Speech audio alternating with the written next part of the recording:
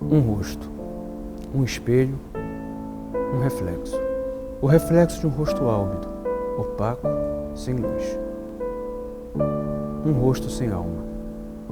Este é o rosto de Stephen Grant. Este é o meu rosto. E esta é a minha história.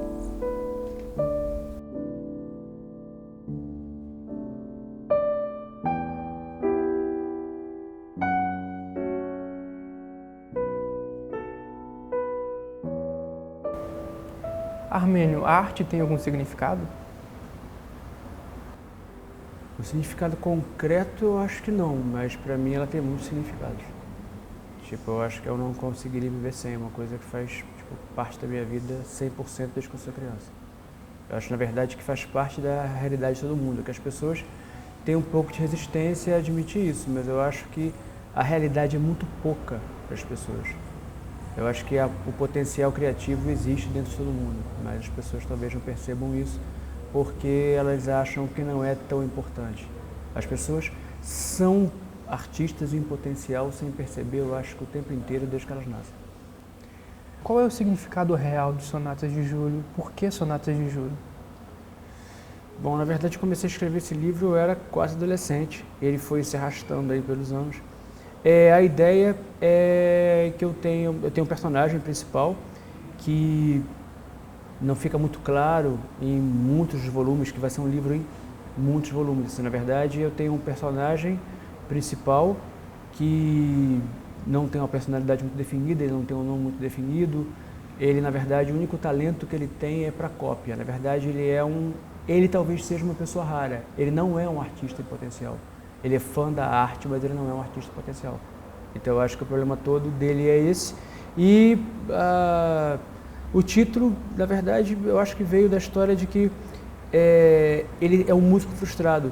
Então, assim, quando adolescente, ele precisa se apresentar uma vez por ano, pelo menos, para as pessoas que acreditam nele. Que é uma pressão que eu acho que meio todo artista passa. Assim, a gente gostaria que as pessoas acreditassem na gente, mas também quando tem gente que acredita, é uma pressão muito grande, porque eu acho que, não sei se só no Brasil, mas assim, acho que talvez no geral, o artista é meio que muito cobrado, assim, parece que a gente está fazendo uma coisa que não tem necessidade, a gente está ganhando para isso, as pessoas parecem ter uma certa raiva. No Brasil, no momento, então, nem se fala, se as pessoas realmente têm raiva dos artistas. Então, assim, tem essa coisa de você querer muito ser acreditado, mas ao mesmo tempo também quando alguém acredita em você é uma pressão tão grande, porque é tão difícil acontecer. Você acredita que encontrou sua voz literária com essa obra? Consegui depois de muitos anos. Eu acho que encontrar a voz literária é uma coisa bastante difícil. E como foi esse processo? O que você conseguiu perceber e entender a partir do momento que você começou a desenvolver essa obra? Bom, na verdade, quando eu comecei a escrever, a ideia era completamente diferente, né? As ideias vão se transformando. Mas eu acho que o mais importante de tudo é que eu acho que a gente encontra a voz literária primeiro com muito treino. Eu acho que o exercício diário, desde que se joga tudo fora, as pessoas falam muito disso, mas infelizmente isso é muito verdade. Eu escrevo todos os dias, se eu passo, sei lá, 2, 3 dias sem escrever, parece que eu nunca escrevi quando eu começo, assim. Eu apanho um pouco da minha própria literatura.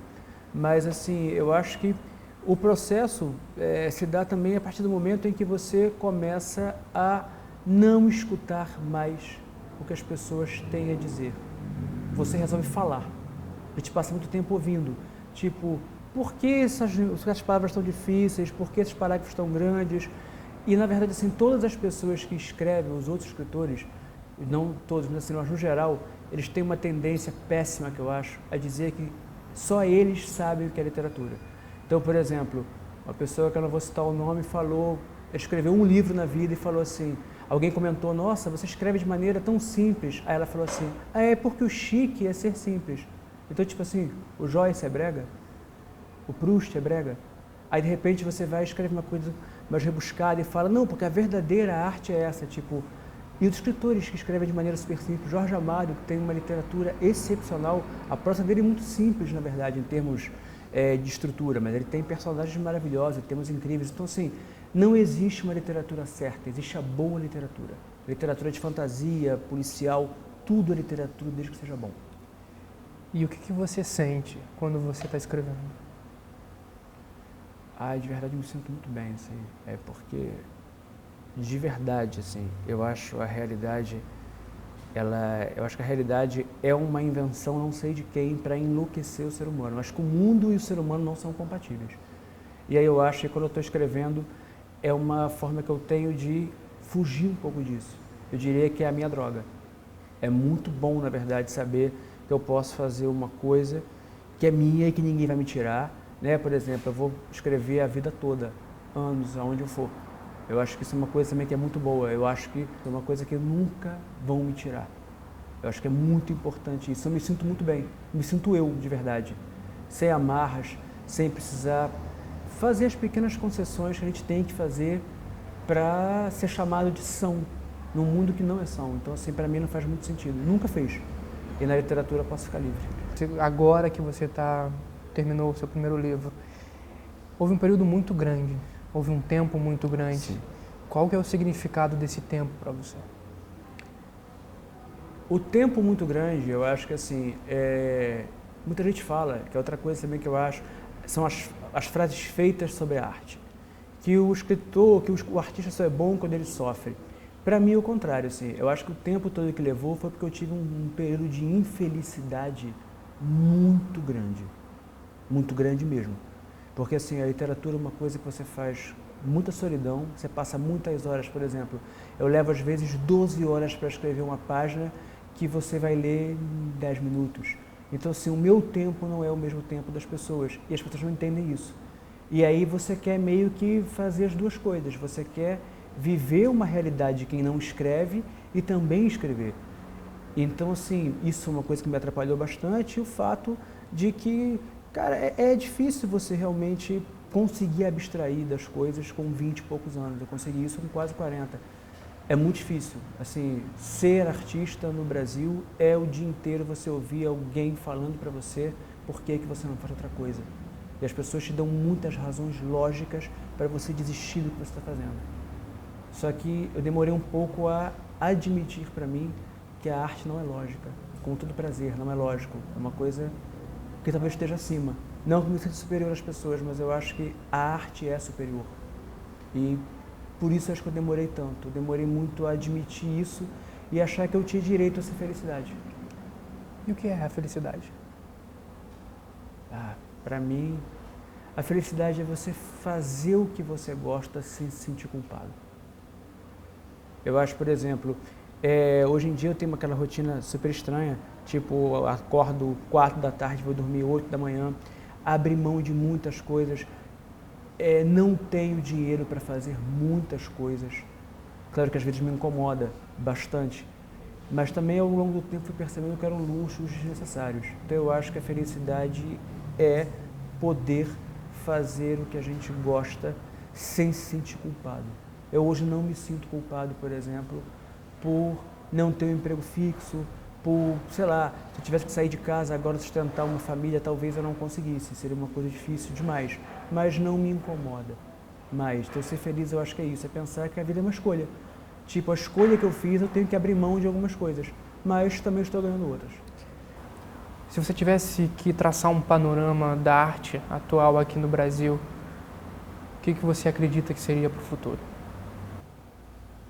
Bom, no momento, pensar no futuro relacionado à arte no país, que a gente está vivendo, o momento que a gente está vivendo, é até meio difícil falar sobre isso, né? Assim, eu acho que eu gostaria de ser mais otimista, mas eu acho meio difícil, assim. Na verdade, eu sou de uma outra geração, então, assim, eu tenho 41 anos, eu passei por muitas coisas, eu vi a arte passar por muitos momentos na vida. Então, assim, eu escrevo desde muito pequeno, claro que eu não era escritor profissional, mas eu já tinha interesse em literatura, em arte. Então, assim, eu acho que quando eu era criança, eu ouvia as pessoas reclamarem um pouco do desinteresse que o brasileiro tinha pela arte. E eu achava que isso era o maior problema que se tinha. Hoje em dia as pessoas têm ódio da arte. Então, assim, nossa, o desinteresse, a gente era feliz e não sabia, né? Então, assim, uma coisa... Como também, assim, com tudo, né? Por exemplo, eu me lembro que em 1988 foram 100 anos da abolição da escravatura. E foram várias comemorações. E as pessoas comentavam de como as pessoas tinham pouca consciência a respeito do que foi a escravidão. E aí hoje tem gente que diz que a escravidão nem existiu. Então assim, cara, piorou muito, sabe? Isso assim, isso na verdade, as pessoas acham que isso é ignorância ou que isso é raiva. Não, isso é falta de cultura, basicamente. Falta mesmo. Assim, e a arte, cultura, tudo isso as pessoas menosprezam tanto, eu acho que na verdade é aí que reside a humanidade mesmo da pessoa. Sabe, eu vejo, por exemplo, quantas pessoas vão ver um filme e choram, sabe? Quantas pessoas veem um filme ou leem um livro e mudam de ideia. Então, assim, está muito ligado ao sentido de humanidade mesmo. E quando você joga isso fora, então significa que a sua humanidade não tem mais importância. Então, assim, eu tenho muito medo. Não é nem pela arte, não, é pelo ser humano mesmo, sabe? De se perder a importância.